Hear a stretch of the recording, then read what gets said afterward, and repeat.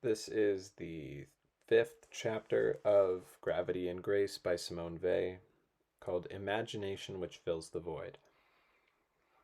The imagination is continually at work filling up all the fissures through which grace might pass.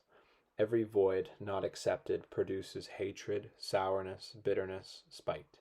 The evil we wish for that which we hate and which we imagine restores the balance. The militiamen of the Spanish Testament who invented victories in order to endure death, an example of imagination filling up the void. Although we should gain nothing by the victory, we can bear to die for a cause which is going to triumph, not for one which will be defeated.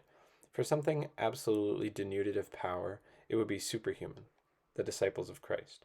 The thought of death calls for a counterweight, and this counterweight, apart from grace, cannot be anything but a lie. The imagination, filler of the void, is essentially a liar. It does away with the third dimension, for only real objects have three dimensions. It does away with multiple relationships. To try to define the things which, while they do indeed happen, yet remain in a sense imaginary, war, crimes, acts of revenge, extreme affliction. The crimes in Spain were actually perpetrated, and yet they resembled mere acts of boastfulness. Realities which have no more dimensions than a dream. In the case of evil, as in that of dreams, there are not multiple readings, hence the simplicity of dreams. Crimes flat like dreams on both sides. On the side of the executioner and on the side of the victim. What is more frightful than to die in a nightmare? Compensations. Marius imagined future retributions. Napoleon dreamt of posterity. William II wanted a cup of tea. His imagination was not strongly enough attached to power to be able to span the years. It turned towards a cup of tea. The adoration of the great by the people in the 17th century, La Bruyere, this was a result of imagination filling up the void, a result which has disappeared since money has been substituted for it. Two base results, but money is the baser of the two.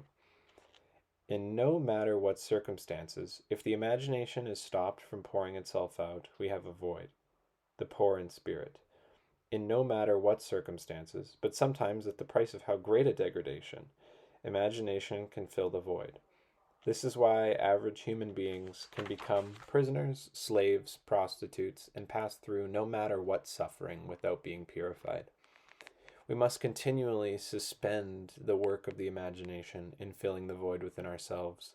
If we accept no matter what void, what stroke of fate can prevent us from loving the universe? We have the assurance that, come what may, the universe is full. End of chapter 5.